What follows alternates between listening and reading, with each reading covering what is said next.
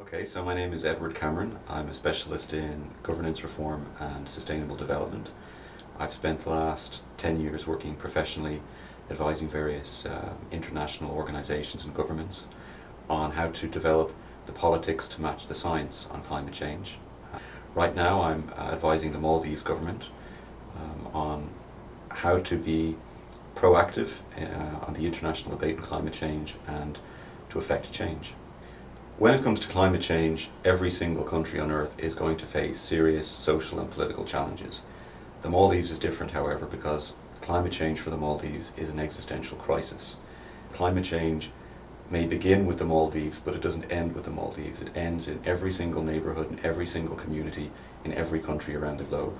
Whether it's as a result of sea level rises, which will affect coastal zone areas, whether it's the result of mass migrations of people, the changing patterns of natural resources, every single community is going to be affected.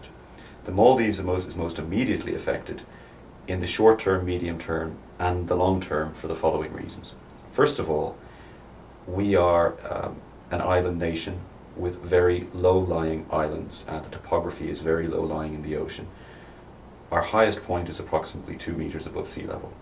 Right now, the International Panel on Climate Change, the IPCC, are estimating that the emissions already in the atmosphere, coupled with the projections for increased emissions over the course of the next 50 years, will lead to an increase in sea levels of at least 2 meters. And that means that the sea level rise will dwarf our islands before the end of this century. So sea level rises are the most important, far-reaching impacts of climate change for the Maldives. But in the short term and medium term, other aspects of climate change have a huge impact on us.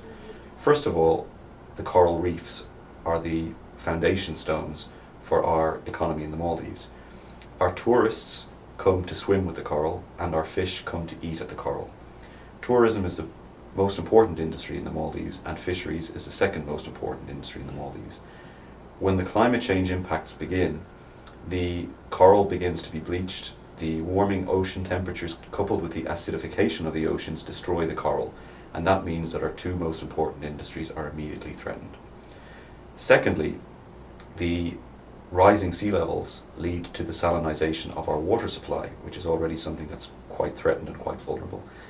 And then finally, the rising sea levels lead to threats for our infrastructure and for our utilities. Our transport infrastructure, for example, our airports, are threatened by rising sea levels.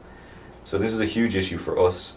We're at the forefront of the issue, but it goes well beyond our borders. We were the first country to sign the Kyoto Protocol, but actually even before that, the President of the Maldives, His Excellency President Gayoom, was the first international leader to raise this issue on the international agenda. He spoke at the Commonwealth Heads of Government meeting in Vancouver in 1987, and from there he spoke at the UN General Assembly in New York that same year.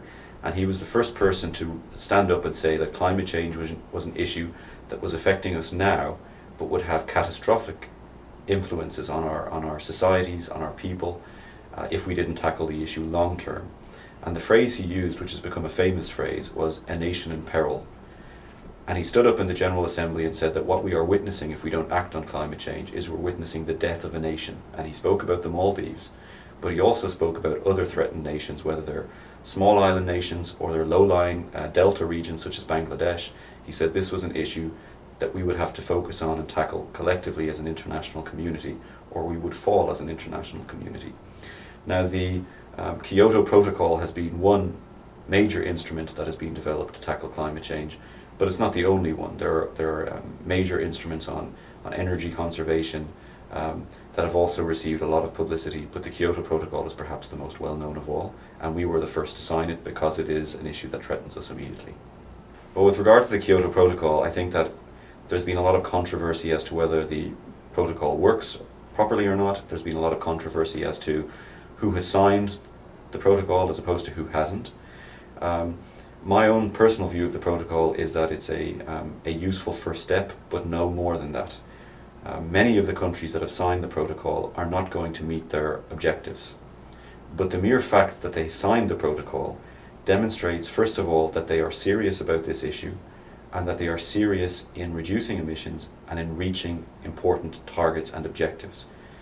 Countries that have not signed the protocol have in many cases, in my personal opinion, abdicated their responsibility on this issue. They felt that the instrument wasn't a good instrument, but they failed to come back to the table with an adequate alternative to that instrument. And I think it's one thing to make legitimate criticisms of an instrument that you think is not perfect, but when you do that, you need to come back to the table with something that is a credible alternative. Kyoto has not worked in the way that people have anticipated originally back in 1997, but it has progressed the debate in ways that we couldn't have imagined back in the early 1990s, and it has now given us the foundation stone to build a more comprehensive and a more complete successor to Kyoto, starting now, this year, with the Bali process, and hopefully ending by 2009 with a successor treaty.